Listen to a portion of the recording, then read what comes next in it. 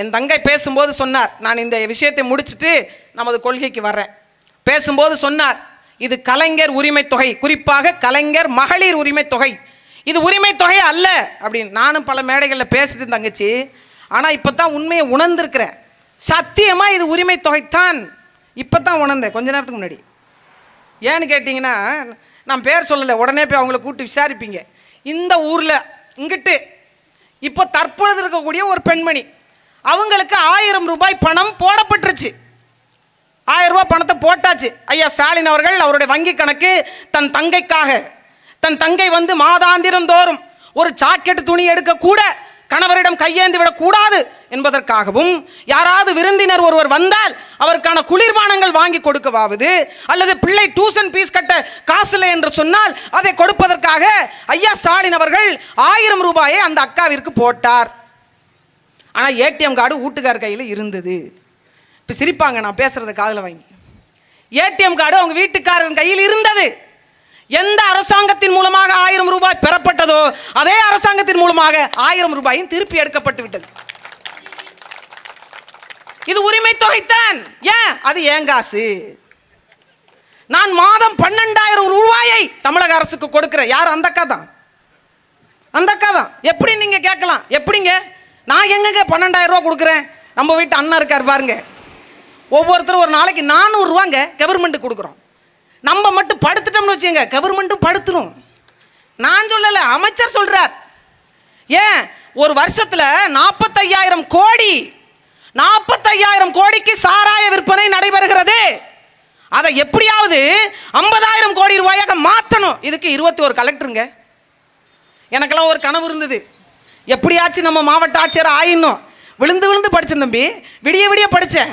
அரசியல் படித்தேன், பொருளாதாரம் படித்தேன், பொருளியல் படித்தேன், தமிழ் படித்தேன், இலக்கணம் படித்தேன், இலக்கியம் படித்தேன், அம்புட்டையும் படித்தேனே. ஆனால் ஒரு காலத்தில் முடிஞ்சிச்சு. இதுக்கு மேலே அந்த கனவு வேணா, என் பொண்ணு வேற ஆசைப்படுது. No never, வேண்டான்ட்டேன். சாராயம் வைக்கிறதுக்கு போய் உட்கார்றதுக்கு எதுக்கு அந்த கலெக்டர் பதவின்றேனா? எதுக்கு? அதுக்கு நான் இருக்கக்கூடிய நமக்கு இருக்கவே இருக்கு கடல். இந்த கச்சா போட்டாவது 4 மீனை பிடிச்சி வித்துட்டு போயிருப்பேன். இதுக்கு கலெக்டர் படிச்சு ரவுண்ட் டேபிள் கான்ஃபரன்ஸ்னே, ரவுண்ட் டேபிள் கரூரில் சர்டிஃபிகேட் கொடுத்தாங்க தெரியுமா? சாராய வித்தத்துக்கு சர்டிஃபிகேட் கொடுத்த ஒரே கட்சி திராவிட முன்னேற்ற கழகம், ஒரே தலைவர் நம்ம ஐயா ஸ்டாலின்.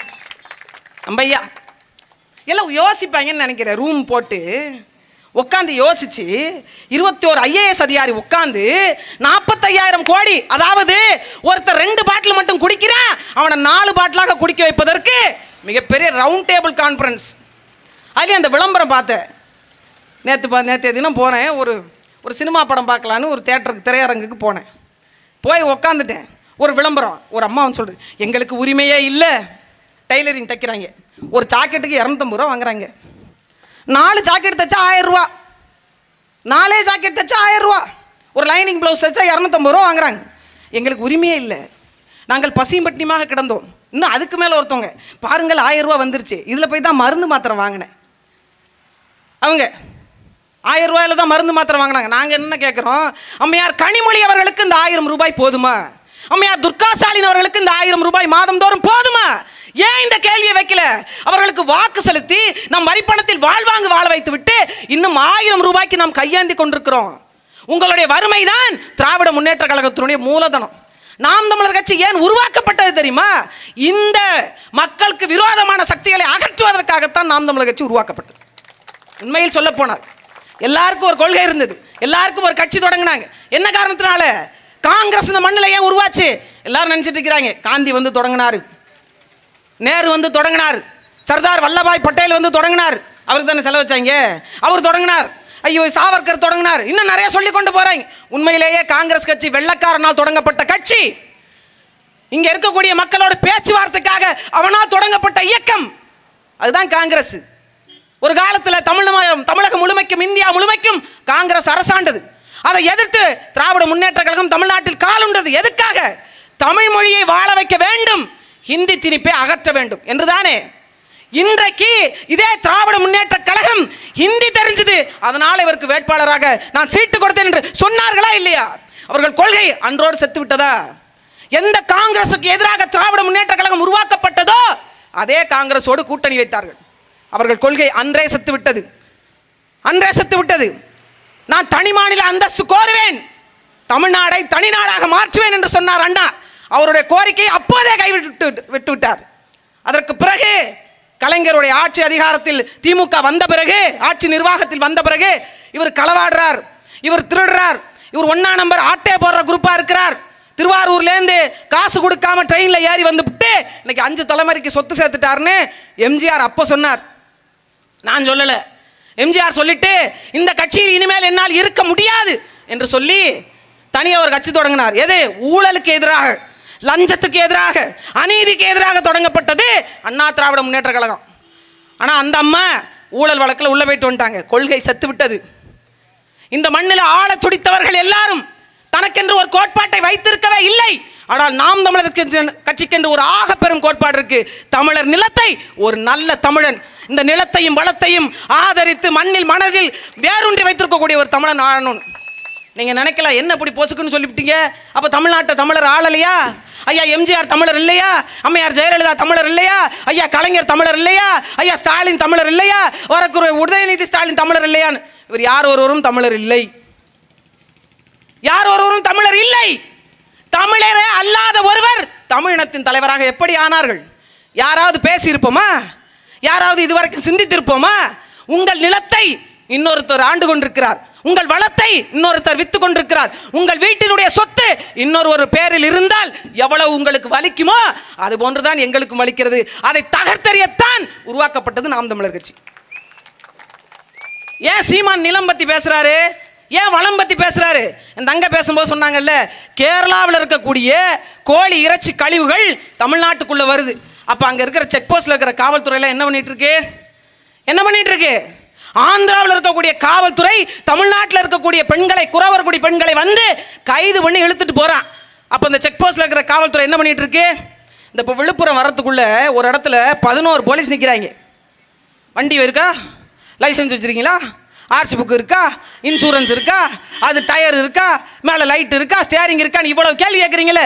ஒரே ஒரு கேள்வி, ஏன் அந்த கேரளா வண்டியை பார்த்து நீங்க கேட்கல? அந்த செக் போஸ்ட்ல இருக்கக்கூடிய காவல்துறை என்ன பண்ணுது? மலைகளை உடைச்சு கொண்டு போறான், மண்ணை அள்ளி கொண்டு போறான். கேட்பதற்கு நாதி. மலைகளற்றவர்களாக, மண்ணற்றவர்களாக, நீரற்றவர்களாக, நிலமற்றவர்களாக நீங்க வாழ துடிக்கிறீங்களா? இந்த வாழ்க்கையை தான் உங்கள் பிள்ளைகளுக்கு கொடுத்து விட்டு போறீங்களா? நாங்கள் என்ன கேட்கிறோம்? லஞ்சம் ஊழலுக்கு எதிரான ஒரு கட்சி சொல்லுங்க, நாம் தமிழர் கட்சியை தவிர. ஊழல் ஒழிப்பு பாசறைன்னு ஒன்று கட்டிங்க, ஊழல் ஒழிப்பு பாசறை அப்படின்னு ஒன்று கட்டி கொடுத்த லஞ்ச பணத்தை விஏஓ கிட்ட, ஆர்ஐ கிட்ட, தாசில்தார்ட்ட, இந்த மாதிரி அதிகாரிகள்கிட்ட கொடுத்த லஞ்ச பணத்தை 25 லட்சத்துக்கும் மேற்பட்ட பணத்தை வாங்கி மக்கள்கிட்ட ஒப்படைச்ச ஒரே கட்சி நாம் தமிழர் கட்சி மட்டும்தான். தமிழ்நாட்டில் அப்படி ஒரு அரசியல் கட்சி உண்டா? இதுவரைக்கும் ஓட்டுக்கு பணம் கொடுக்கலங்க. இலவச திட்டங்கள், கவர்ச்சிகர திட்டங்கள்லாம் அறிவிக்கல. 2 ஆண்டா கொடுக்க முடியாத காசை திமுக ஏன் இப்போ கொடுக்குது? 2 ஆண்டா. ஐயா எடப்பாடி அவர்கள் பொங்கலுக்கு 2500 ரூபா கொடுத்தார். அந்த காசை கூட கொடுக்க முடியாத திராவிட முன்னேற்ற கழகம் இப்போ ஏன் பெண்களுக்கு 1000 ரூபா கொடுக்குது? 7000 கோடி நிதி ஒதுக்கி இருக்கிறாங்க. 7000 கோடி. இந்த 7000 கோடி இருந்தா ஒரு கிராமப்புற அளவில் ஒரு சின்ன தொழிற்சாலை, நிலமும் வளமும் சார்ந்த தொழிற்சாலை, இங்க இருக்கக்கூடிய விவசாய பொருட்கள் வருதா, இங்க கம்பு விளைவிக்கிறாங்களா, கம்பை சார்ந்த ஒரு சின்ன தொழிற்சாலை, அதுல 100 பெண்களுக்கு வேலை, நிரந்தரமான வருமானம் கொடுக்க முடியுமா? முடியாதா? ஏன் தரல? அதை விட்டு 1000 ரூபா நீ வாங்குற இடத்துல இருக்கணும், நான் கொடுக்குற இடத்துல இருக்கணும். நான் கொடுக்குற இடத்துல இருந்தாதான் நான் சொல்றதை நீ கேட்ப. நான் கொடுத்தேன்னு சொல்லித்தான் வாக்கை வாங்க முடியும். இவ்வளவுதான் திராவிட முன்னேற்ற கழகத்தினுடைய அரசு. இந்த நாட்டார் மங்கலம், இந்த ஊரை எடுத்துக்கங்க. எதுக்கு இந்த பேர் வந்துச்சு? நாட்டார் மங்கலம்ன்ற பேர் எப்படி வந்தது? நாட்டார் என்ற சொல் என்ன மாதிரியான வழக்கு சொல்? நீதிமான்கள் வாழ்ந்த இடமாக, நீதியை சொல்லி தந்த இடமாக, நீதியை மக்களுக்கு சொல்லி அறிமுகப்படுத்திய இடமாக, எங்கு நீதி கிடைக்கவில்லை என்றாலும் இந்த நாட்டார் குடிகள் இருக்கிற இடத்துக்கு போங்க, நீதி கிடைக்கும் என்று தானே இந்த பேர் வச்சிங்க. அப்படி ஒரு சொல்லாடல் இருந்ததா? வரலாறு உண்டா இல்லையா? ஆனால் 1 கிலோமீட்டருக்கு இன்னைக்கு ஒரு டாஸ்மார்க், இந்த ஊரில் 1 கிலோமீட்டருக்கு ஒரு டாஸ்மார்க். இது குடிகாரர்களின் பகுதியாக மாற்றியது திராவிட முன்னேற்ற கழகமா இல்லையா? உங்க பிள்ளை குடிக்கக்கூடாது, உங்கள் வீட்டுக்கு வருகின்ற மருமகன் குடிக்கக்கூடாது, இந்த நாட்டை ஆள்கிறவன் மட்டும் எப்படி சாராயத்தை விற்பவனாக இருக்க முடியும் என்று ஏன் யோசிக்கல? ஏன் யோசிக்கல? எங்க குடிக்கிறவருக்கு பொண்ணு தர மாட்டோம், அவர் குடிப்பாரா குடிக்க மாட்டாரா? இந்த ஏதாவது தவறான பழக்கங்கள் உண்டா, கஞ்சா அடிப்பாரா, அவருடைய நண்பர்கள் எப்படிப்பட்டவர்கள், ஒரு பெண்ணை கொடுப்பதற்கு நாம் தேடுறோம். அவர் எப்படிப்பட்டவர், உழைக்கிறவரா, சூதாடியா, செலவிடுறவரா, எவ்வளவு பார்க்குறோம். ஆனால் 5 ஆண்டு காலம் உங்களுடைய தலையெழுத்தே தீர்மானிக்கக்கூடிய நாட்டை கொடுப்பதை ஏன் சிந்திக்க மாட்டேங்கிறோம்? அந்த சிந்திப்பதை மக்களுக்கு உணர்த்த ஒரு கட்சி தேவை, அதுதான் நாம் தமிழர் கட்சி. இவர் பேசுகிறாங்க, தமிழினத்துக்கு நாங்கள் தாங்க தலைவர், நாங்கள் வந்த பிறகு தான் தமிழை தூக்கி செங்குத்தா நிற்க வச்சோம் என்று பேசினாங்க. கிட்டத்தட்ட சுதந்திரம் அடைந்து 75 ஆண்டு காலமாகுது. ஆரியர்களை எதிர்க்கத்தான் திராவிடர்கள் நாங்கள் கிளம்பணும் அப்படின்னீங்க. ஏன் ஒரு கோயிலில் கூட தமிழில் மந்திரம் ஓத மாட்டான்? இத்தனைக்கு 38 ஆண்டு காலம் ஆட்சி நிர்வாகத்தில் திமுக இருந்திருக்கு. 38 ஆண்டு காலம் ஆட்சி நிர்வாகத்தில் நீங்கள் இருந்த போதும் கூட எந்த பெரிய கோயில்களில் தமிழில் மந்திரம் ஓதுறாங்க? ஆனால் ஒன்றுமே இல்லை என்று சொல்ல நாம் தமிழர் கட்சி தான் தஞ்சை பெருவுடையார் கோயிலில் குடமுழுக்கு விழாவில் தமிழை கோபுர கலசத்தில் ஏற்றி வழக்கு போட்டு வெற்றி கண்டது. அப்போ இம்புட்டு காலம் நம்மளை ஏமாத்திட்டு இருந்திருக்கியா? நீங்கள் வரலாற்று புத்தகத்தை எடுத்து பாருங்க. என் தம்பி பேசும்போது சொன்னார் வாழும் வேலு நாச்சியார்னு. அந்த வேலு நாச்சியாருடைய வீரத்தில் நமக்குலாம் ஒரு 0% கூட இல்லை.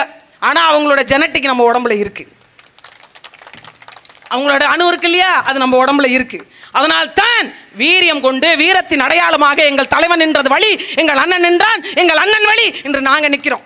வரலாற்றை படித்ததனால், வரலாற்றை படைக்க இருப்பதனால். ஏன் என் பெரும்பாட்டியினுடைய வரலாறு உங்களுக்கு சொல்லப்பட்டதா? வஉசியினுடைய வரலாறு உங்களுக்கு கடத்தப்பட்டதா? பெரியாரின் வரலாற்றை போதித்த மக்களே, உண்மையிலேயே பெரியாராக போற்ற வேண்டியது வஉ சிதம்பரம் பிள்ளையைத்தான். கடத்தப்படவே இல்லை ஐயா. சொந்த சொத்துக்களை எல்லாம் வித்து ஆங்கிலேய கிழக்கிந்திய கம்பெனிக்கு எதிராக கப்பல் கட்டி தமிழனை தலைநிமிர வைத்தவன் எங்கள் பெரும்பாட்டன் வஉசி.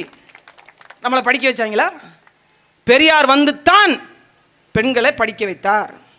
பெரியார் வந்துத்தான் பெண்களுக்கு சொத்துரிமை பெற்று தந்தார். பெரியார் சொல்லித்தான் இந்த லிப்ஸ்டிக் போட்ட பேருந்து ஓடுது. பெண்களுக்கு பேருந்து எங்க முன்னாடி கொஞ்சம் பெயிண்ட், பின்னாடி கொஞ்சம் பெயிண்ட். பேருந்து பஸ்ஸுக்கு லிப்ஸ்டிக் போட்ட ஒரே குரூப்புங்க இவங்க. பஸ்ஸுக்கு இப்போ முழுசா பெயிண்ட் அடிக்க காசு இல்லை, டப்ஸு காலி. இப்படித்தான். அப்போ பெரியார் வந்து தான் பெண்களை எல்லாம் செய்ய வைத்தார் என்றெல்லாம் இவங்க கதை பரப்பி கொண்டிருந்தாங்க இல்லையா? ஏன் அந்த பெரியார் வளர்த்த கட்சி, பெண்களுக்கு பெண்ணியத்தை கற்பித்த கட்சி, சமூக நீதியை நிலைநாட்டிய கட்சி, ஏன் பெண்களுக்கு 50 விழுக்காடு கொடுக்கல? ஏன் கொடுக்கல? இன்னைக்கு மொத்தமாகவே 12 பேர் இருக்காங்க சட்டமன்றத்தில். மொத்தமாக அதில் 6 பேர், 234 பேரில் 6 பேர் திமுக, 3 பேர் அதிமுக, 2 பேர் பாரதிய ஜனதா கட்சி, ஒருத்தர் காங்கிரஸ். மொத்தமாகவே சட்டமன்றத்தில், தமிழ்நாட்டினுடைய சட்டமன்றத்தில் 12 பேர் தான் இருக்கிறாங்க. இவங்களோட வேட்பாளரே அவ்வளவுதான் பெண்ணியத்தை போதித்தவர்கள். அதுலேயும் அண்ணன் பொன்முடி, இதங்கிட்ட ஒரு பேர் வேற எழுதியிருந்தது பார்த்தேன். பொன்முடி அண்ணன் வந்து பேசுகிறார், 33 விழுக்காடு மசோதா நிறைவேற்றப்பட்டிருக்கு, ஆனால் அது தாமதமாக நிறைவேற்றப்பட்டிருக்கு. இது வந்து உண்மையிலேயே வரவேற்கத்தக்க ஒன்று தான், ஆனால் இப்போது நிறைவேற்றப்பட்டிருக்கிறது வந்து சரிப்பட்டு வராது. சரி, அது ஒரு வீணாக போனது. இத்தனை ஆண்டு காலம் இப்போ கழிச்சு இப்போ நிறைவேற்றிவிட்டு இப்போ அது என்ன, அது ஒரு தேர்தல் நாடகம், எல்லாம் ட்ராமா கோஷ்டி. அரிச்சந்திர மயான காண்டெல்லாம் போட்டாங்க பாரு, அவங்கள கொண்டு போய் விற்றுருவாங்க. இவங்கெல்லாம் அடமானமே வச்சுருவாங்க. இவ்வளவு காலம் 1970க்கு பிறகு போராடி அது மசோதாவாக திரும்ப 1996லேருந்து தொடங்கி அது 3 முறை 4 முறை விவாதத்துக்கு எடுத்து, ஆஹா முடியாது, பெண்களுக்கெல்லாம் வாய்ப்பு கொடுக்காதீங்க, அவங்க பேசிடுவாங்க, அவங்க எழுதிடுவாங்க, அவங்க சட்டம் போட்டுருவாங்க, அவங்க ஆளும் இடத்துக்கு வந்துடுவாங்க, சமாளிக்க முடியாது, வேண்டாம் அப்படின்னு நிராகரிச்சு விட்டாங்க. அப்போ நிராகரிக்கும் போது இந்த கோஷ்டியும் உள்ளதாக இருந்துச்சு, இந்த பெண்ணியம் கோஷ்டி இருக்குல்ல, இவங்களும் உள்ளதாக இருந்தாங்க. அப்போல்லாம் வாயை மூடிட்டு கம்முன்னு இருந்துட்டு இப்போ சரி 33 விழுக்காடு நிறைவேற்றிட்டாங்க. உடனே நடக்குமாங்க? 24 தேர்தலில் 33 விழுக்காடு, அதாவது குறிப்பாக சட்டமன்றத்தில் கொடுத்தாங்க அப்படின்னா கிட்டத்தட்ட 77 பெண் உறுப்பினர்கள் இருக்கணும். நாடாளுமன்றத்தை கொடுத்தாங்கன்னா 179, 33 விழுக்காடுனா 179 பெண் உறுப்பினர்கள் இருக்கணும். அப்படி கொடுத்துருவோமா அப்படின்னு கேட்டால் யார்? நம்ம பெரிய பாஸ் மோடி. நிறைவேற்றிருக்கோங்க, சட்டமாக மாற்றுவோம், ஆனால் மக்கள் தொகை கணக்கெடுப்புன்னா எடுக்கல, எவ்வளோ பெண்கள் எவ்வளோ ஆண்கள் இருக்காங்கன்னு எங்களுக்கு தெரில, அதனால் நாங்கள் இப்போ தரல. ஏன்டா வாக்காளர் பட்டியல் கையில் வச்சுருக்கீங்கல்ல, கேட்குறவன் எல்லாம் எங்களை என்ன கேன பையன் நினச்சிக்கிட்டீங்களா? வாக்காளர் பட்டியல் கையில் இருக்கா? ஆண்கள் வாக்கு எவ்வளோ, பெண்கள் வாக்கு எவ்வளோ, தொகுதிக்கு தொகுதி கையில் வச்சிருக்கியா? அப்போ பெண்கள் வாக்கு எங்கே இருக்கோ அங்கெல்லாம் அறிவிச்சு விட்டு போக வேண்டியதானே? அதுல ஒரு குழப்பம் இருக்குங்க. உள் ஒதுக்கீடு இருக்கு பாருங்க, எம்பிசி பிரிவினர், ஓபிசி பிரிவினர், எஸ்சி பிரிவினர், எஸ்டி பிரிவினர், அந்த மக்களுக்கு கொடுக்கணும்ல. அப்ப என்ன செய்யணும்? சாதிவாரி கணக்கெடுப்பு எடுக்கணும். பீகார் இருக்காங்க பாருங்க, அவங்க இதுவரைக்கும் சமூக நீதி பேசல. எந்தெந்த சாதியினருக்கு எவ்வளவு பிரிவினை கொடுக்கணும்னு சமூக நீதி பேசல. பீகார் பேசல, மேற்கு வங்கம் பேசல, கேரளா பேசல. ஆனா அவங்க சாதிவாரி கணக்கெடுப்பு எடுக்கிறதுக்கு ஏற்பாடு செய்யறாங்க. ஆனா தமிழ்நாடு சமூக நீதியை பேசக்கூடிய கட்சி திராவிட முன்னேற்ற கழகம். இங்க சாதிவாரி கணக்கெடுப்பு எடுக்கப்படல ஏன்ற கேள்வி கேட்டா, நீங்க பேசுறீங்க பிஜேபி பி டீம், நீங்க சாதிவாரி கணக்கெடுப்பு எடுத்தா நம்மால் பியூஸ் போயிடும், அதனால எடுக்கல. இப்ப பெண்களுக்கான அந்த இடஒதுக்கீடு எப்ப தருவீங்க என்று கேட்டால் 2029 ஒரு தேர்தல் வரும் பாருங்க. ஏன்னா 2027 மக்கள் தொகை கணக்கெடுப்பு எடுத்துருவோம். அதுக்கு பிறகு 2029 இந்த போகாத ஊருக்கு வழி சொல்லுவாங்கல்ல, இப்படியே கையை நீட்டிக்கிட்டே போங்க, அங்கிட்டு வடக்கால ஒரு 16 கிலோமீட்டரில் சுடுகாடு வரும்னு. அப்படித்தான் இந்த இப்போ மசோதா. இப்போ நாங்கள் வரவேற்கிறதா நிராகரிக்கிறதான்னு தெரியாமல் நாம் பெரிய குழப்பத்தில் இருக்கிறோம். இவர்கள் நாங்கள் என்ன சொல்கிறோம்? சட்டம் இருக்கு இல்லை. நீங்கள் தானே சமூக நீதியை போதிச்சிங்க, நீங்கள் தானே பெண்ணியத்தை பேசுனீங்க, நீங்கள் தானே படிக்க வச்சிங்க, கூடவே சேர்ந்து மதுரையில் பார் கட்டி குடிக்க வச்சிங்க, எல்லாம் செய்த நீங்கள் ஏன் 33 விழுக்காட உங்கள் கட்சியில் கொடுக்கல? இப்போ பிரச்சனை என்னன்னு கேளுங்க. நாம் தமிழர் கட்சி தான்.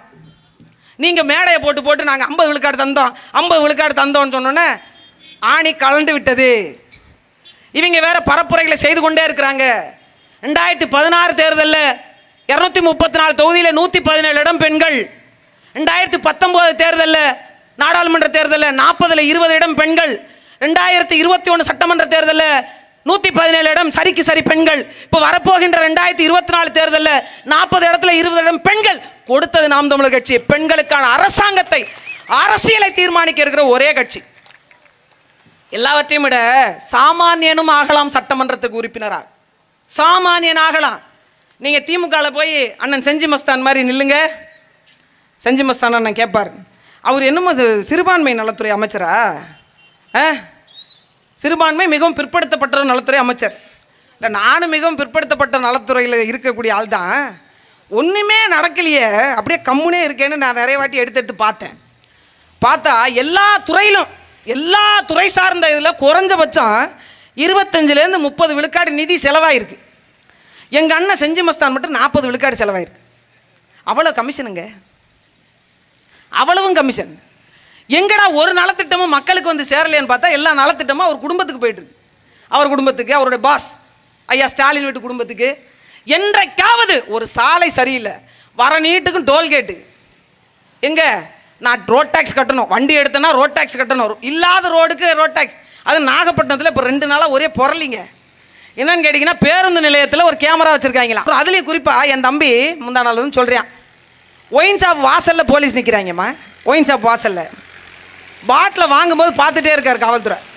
அது அரசாங்க உத்தியோகம், அரசாங்க வேலை. ஒரு அரசாங்கத்தினுடைய பணியை அந்த காவல்துறை அதிகாரி தடுத்து நிறுத்துறாருங்க. அவர் குடியை வாங்கிட்டு, பாட்டில் வாங்கிட்டு வர்றவர் அதை எடுத்துகிட்டு போய் என்ன பாதத்தில் வச்சு பூஜை பண்ணியா குடிப்பார். அதை எப்போ வாங்குவோம்னே நிற்பாங்க. அந்த ஸ்டிக்கரை ஒட்டி வேறு இடத்துல வந்து பிச்சு ஒட்டுறது கூட நமக்கு நம்ம ஆளுக்கு டைம் இருக்காது. வாங்கினோன்னு இந்த ஸ்மெல்லு ஏறின உடனே அதை குடிச்சிடணும் எப்படியாவது. வாங்கிட்டு குடித்த பிறகு குடிச்சுட்டா வண்டி ஓட்டுறேன்னு பிடிச்சி வச்சிடுறாரு. இப்போ வண்டியை எடுத்துகிட்டு கடைக்கு வந்தாச்சு, கோட்ரு வாங்கி குடிச்சாச்சு. இப்போ வண்டியை நான் தள்ளிட்டு போகிறதா ஓட்டிகிட்டு போகிறதா? அதுக்கு 1000 ரூபா ஃபைனுங்க. இந்த ஒரு அரசு எப்படி இருக்கு பாருங்க. வழிப்பறி கொள்ள பார்த்துருப்பீங்க. இருட்டு நேரத்தில் கல்வர்கள் என்ன செய்வாங்க, மரத்து மேலே உட்காந்துருப்பாங்க. அப்போ எல்லாம் வாகன வசதி பெருசாக கிடையாது. அங்கேருந்து ஏதாவது கல்யாண ஊர்வலம் வருது, இல்லை இப்போ மக்கள் 10 பேர் கூட்டமாக வர்றாங்க, ஏதாவது ஒரு நிகழ்வுக்கு போயிட்டு வர்றாங்க அப்படின்னா திடீர்னு மரத்துலேருந்து குதிப்பாங்க. குதிச்சா கழுத்தில் போட்டுருக்குது, காதில் போட்டுருக்குலாம் எடு அப்படின்னு கழட்டி பிடிங்கிட்டு போவேன். இவங்களுக்கு பேர் வழிப்பறி கொள்ளையர்கள். வரிப்பறி கொள்ளையர்கள் பார்த்துருக்கீங்களா? அதான் நம்பாளுங்க. வரி போட்டு எதுக்கு எடுத்தாலும் வரி. இப்போ என்ன பண்ணிட்டாங்க, குடிக்கும் போது உங்களை எல்லாம் வாழ்த்துவாங்க, குடிச்சிட்டு வரும்போது வண்டிக்கு ஃபைனு, அதுக்கப்புறம் அந்த சீட்டு பெல்ட் போடலன்னா அதுக்கு ஒரு ஃபைன், ஹெல்மெட் போடலன்னா அதுக்கு ஒரு, ரோடு போடலையே எவனுக்கு ஃபைன் அடிக்கிறது? ஹெல்மெட் போடலாம் கீழே விழுந்தா மண்டை உடையும், ரோடு ஒழுங்கா இல்லாமல் கீழே விழுந்தா யாருக்கு போடுறது? இது வரைக்கும் சாலைக்காக மக்கள் போராடலை, குடிதண்ணிக்காக மக்கள் கொதித்தெழுந்து போராடல. அந்தந்த கிராமத்தில் போராடுவாங்க, அந்த 2 நாள் பிரச்சனை முடிஞ்சு போச்சு. ஆனால் அவங்களுடைய வாழ்வாதாரம் எதை நோக்கி போகுது? இன்னைக்கு எல்லாவற்றுக்கும் விலைவாசி ஏற்றம், மின்சார கட்டணம், போன மாதத்தை விட இந்த மாதம் டபுள், அப்படியே ரெட்டிப்பாக வருது. எப்படி வருது? கேஸ் விலை 100 ரூபா ஏறுது, 100 ரூபா இறங்குது. நான் என்ன நினைக்கிறேம்மா, அந்த வருஷம் 365 நாள் தேர்தலாகவே இருந்துச்சுன்னு வச்சுக்கங்களேன், செம்மாந்த வாழ்க்கை வாழலாமா இல்லையா? ஈரோடுலலாம் நான் பார்த்தேனே, தோடு, மூக்குத்தி, தொங்கட்டா, மிக்சி, குக்கரு, கிரைண்டரு, வீட்டுக்கு தேவையான அனைத்து உபயோகப் பொருட்களும் கொடுக்குமிடம் திராவிட முன்னேற்ற கழகம். ஒரு கம்பெனியே வச்சுருக்காங்க. அதுலேயும் ஒரு கட்டத்தை தாண்டிட்டான். பள்ளிக்கூடம் போகிற பிள்ளைகள் கையிலலாம் போஸ்டரை கொடுத்து அவங்களுக்கு 100 ரூபா பணம், கள்ள ஓட்டு. அதுலேயும் நீங்களாம் பார்த்துருக்கவே மாட்டீங்க, கேள்வியே பட்டிருக்க மாட்டீங்க. யாராவது வாக்காளர்களை கடத்தி கொண்டு போய் வச்சுருந்த பார்த்துருக்கீங்களா? செஞ்சாங்க, டூர் கூட்டு போனாங்க கொடைக்கானலுக்கு. நான்லாம் ஈரோடில் பிறக்கலையான்னு எவ்வளோ வருத்தப்பட்டது தெரியுமா? வெயில் நேரம் அப்படியே கொடைக்கானல், ஊட்டி, அப்படியே குழு குழுன்னு எப்படி இருந்திருக்கும். கரெக்டாக ஓட்டு மிஷினில் கொண்டு வந்து இறக்கி விட்டாங்க. குத்திட்டு உடனே வெளில வந்துடணும் அப்படின்னு யார்ட்டி பேசிடக்கூடாது. இப்படிலாம் தேர்தல் நடந்துச்சு. யார் தெரியுமா? இவர்கள் தான். விடியல் வீட்டில் பாதி வீட்டில் கரண்ட் இல்லை. ஒரு பாட்டு போட்டாங்க தேர்தலப்பா. திமுக காரங்க யாராங்க இருந்தாங்கன்னா திரும்பி ஒரு தாட்டி பாடுங்க. ஸ்டாலின் தான் வராரு, விடியல் தர போறாரு. அந்த பாட்டை காணுங்க. அவங்களே முடிவு பண்ணிட்டாங்க, போட்டால் மிதி விழுன்னு எடுத்து உள்ளே வச்சுட்டாங்க, பொட்டி கட்டிட்டாங்க. அதுக்கப்புறம் ஒரு பாட்டு போட்டாங்க. அந்த பாட்டு என்ன பாட்டுங்க எனக்கு மறந்துட்டேன். உதயநிதி உதயநிதினு ஒரு பாட்டு போட்டாங்க. அடுத்தது இன்பநிதி இன்பநிதி. அது ஒரு மியூசிக் டைரக்டர் ஒருத்தர் பிடிச்சிருக்காங்க, இனிமேல் போடுவாங்க. இப்போ என்னவாக தமிழ்நாட்டு மக்களுடைய நிலைமை இருக்குன்னா, இந்த ஆட்சியாளர்கள் ஒட்டுமொத்த பணக்காரர்களாகவும் அவர்களுக்கு கீழ் வசிக்கக்கூடிய மக்கள் ஒட்டுமொத்த ஏழைகளாகவும் மாறிட்டோம். இன்றைக்காவது இந்த தேர்தல் வரும்போது எழுதுறாங்கல்ல, ஏழைகளின் சின்னம் ரெட்டலை, ஏழைகளின் சின்னம் உதயசூரியன். என்றைக்காவது மனதில் உறுதி உள்ள நாம, மான ரோசத்தோடு இந்த மண்ணில் வாழணும்னு நினைக்கிற நாம, 50 ஆண்டு காலமாக நான் ஏழை, என்கிட்ட ஓட்டு வாங்கிட்டு போன ஒருத்தன் ஏழையா இல்லையே, எதுக்குடா ஏழைகளின் சின்ன ரெட்டலை, ஏழைகளின் சின்ன உதயசூரியன் எதுக்கு எழுதுற? அருமை சொந்தங்களே, நீங்கள் நினைத்து பாருங்கள். கட்சியை பச்சை குத்தி கொண்டு திருந்தீர்கள் நீங்கள். உங்கள்கிட்ட வேட்பாளர் வந்த யாராவது ஒருத்தர் பச்சை குத்தி இருக்காங்களா ரெட்டலைய? அண்ணா உதயநிதி அவர்கள், அவர் அப்பா ஸ்டாலின், அவரோட அப்பா கருணாநிதி, யாராவது உதயசூரியன் சின்னத்தை தன் கையிலும் நெஞ்சிலும் பச்சை குத்தி வந்து வைத்திருந்தார்களா? ஆனால் உங்கள் ரத்தத்தோடு கலந்து வைத்திருந்தீர்கள். உங்களை கடனாளியாக மாற்றியதை தவிர உண்மையிலேயே இந்த ஆட்சி அதிகாரம் நல்ல ஆட்சி அதிகாரமாக இருந்திருந்தா தேனாரும் பாலாரும் ஓட சொல்லலை. நாங்கள் தேனாரும் பாலாரும் ஓட சொல்லல. கடன் இல்லாத வாழ்க்கை, என் பிள்ளைகளுக்கு தரமான இலவச கல்வி, நல்ல குடிநீர், எதற்கும் போராடாத ஒரு நிலை, படித்த உடனே வேலை, பெண்களுக்கான பாதுகாப்பு, நிலம் வளம் சார்ந்த தொழிற்சாலை, அதனுடன் கூடிய செம்மாந்த வாழ்வு வாழ வச்சிருக்காங்களா? எத்தனை ஆண்டு காலம்? 30 ஆண்டு காலம் அதிமுக ஆட்சி ஆண்டு, 35 ஆண்டு காலம் திராவிட முன்னேற்ற கழகம் ஆட்சி ஆண்டு. ஆனால் நீங்கள் இன்னும் பரம்பரை ஏழை, இன்னும் பரம்பரை ஏழை. உங்களை போன்ற அந்த ஏழை குடியிலிருந்து வந்தவள் தான் எங்களால் பொறுத்து கொள்ள முடியாது, எங்கள் வரிப்பணத்தை எவனோ ஒருவன் வாரி சுருட்டி கொண்டு போக பார்த்து கொண்டிருக்க முடியாது என்று கிளத்தெழுந்து இத்தனை பிள்ளைகள் நாங்கள் உட்கார்ந்துருக்கோம். நாங்கள் வானத்திலேருந்துலாம் குதிச்சு வரல, நாங்கள் அமைச்சர் வீட்டு பிள்ளைங்க இல்லை, நாங்கள் பெரிய செல்வந்தர் வீட்டு வாரிசு அல்ல, பரம்பரையாக கட்சி நடத்துவருடைய பிள்ளை அல்ல, கடைகோடியில் உழைத்தவனின் பிள்ளை, ஏற்கலைப்பை பிடித்து உழுதவனின் பிள்ளை, கடல்ல உப்பெடுத்தவனுடைய பிள்ளை, கடலை பாய்ந்து அடித்தவனுடைய பிள்ளை, அந்த மீனை கொண்டு வந்தவனுடைய பிள்ளை, இந்த நிலத்தில் உழைத்தவனுடைய பிள்ளை, சின்ன சின்ன வேலை பார்த்தவனுடைய பிள்ளை, இன்னும் சொல்ல போனால் தூய்மை பணி செய்கிறவனுடைய பிள்ளைகள் தானையா இங்கே குவிந்து கிடக்கிறோம். நாங்கள் ஏன் எங்களுக்கான அதிகாரம் மறுக்கப்பட்டது, எங்களுக்கான வாழ்வியல் வசந்தமாக இல்லை, காலம் காலமாக ஏமாந்து போனோம். அதனால் இனிமேல் ஏமாறக்கூடாது என்பதற்காக வந்தோம்.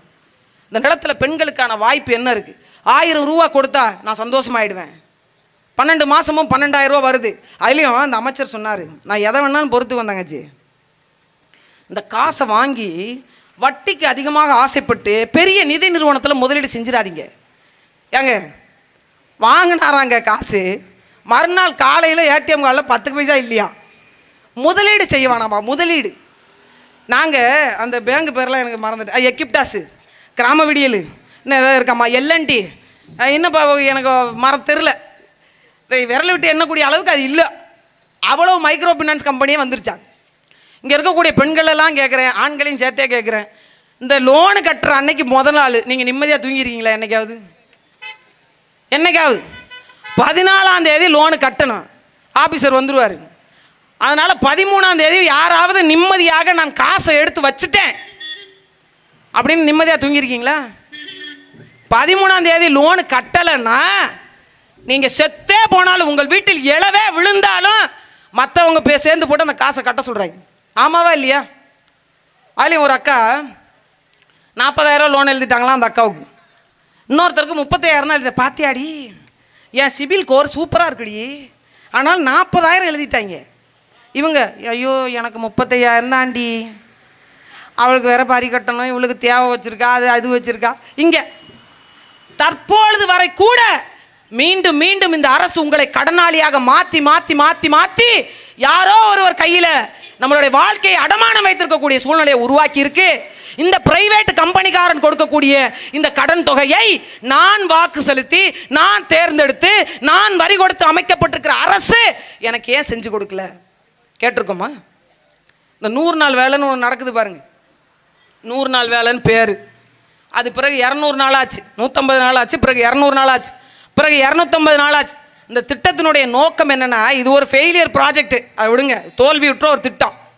இந்த திட்டத்தினுடைய நோக்கம் என்ன? உள்ளூர் கட்டுமானங்களை, உள்ளூர் கட்டமைப்புகளை சீரமைத்துக் கொள்ளவும், அங்க இருக்கக்கூடிய ஏழை எளிய மக்களுக்கான வேலை வாய்ப்பை உறுதி செய்யவும்.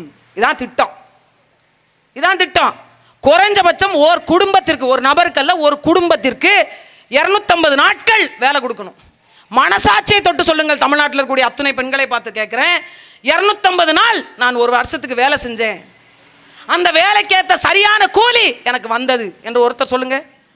கொடுக்கறது 7 நாள் வேலை, அதில் 4 நாள் தான் சம்பளம் வரும். அதில் அந்த எழுதுறாங்க பாருங்க, மக்கள் நல பணியாளர்.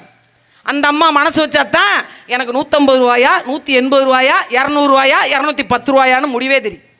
இந்த ஓவர்சீர்னு ஒருத்தர் இருக்கிறாருங்க, அவர் ஒரு குச்சி வச்சிருப்பார், வாத்தியார் வச்சிருக்காரோ இல்லையா, அவர் வச்சிருப்பார். அவர் வந்து இவ்வளோ தூரத்துக்கு அளந்து கொடுப்பார். இந்த பாரு, இந்த பாக்ஸ் உனக்கு, அந்த பாக்ஸுக்கு 15 பேர், ஒரு அடிக்கு ஒரு அடி பாக்ஸு, அந்த ஒரு அடி பாக்ஸுக்கு 15 பேர். ஒரு ஊரில் நான் இந்த 100 நாள் வேலை திட்டத்தினுடைய இந்த கணக்கெடுப்பை தகவல் பெறும் உரிமை சட்டத்தில் போட்டு எடுத்தேன். ஒரே வாய்க்கால 2 வருஷத்தில் 12 தடவை வெட்டியிருக்காங்க. கடைசி வரைக்கும் வாய்க்கால தண்ணி வரல தம்பி.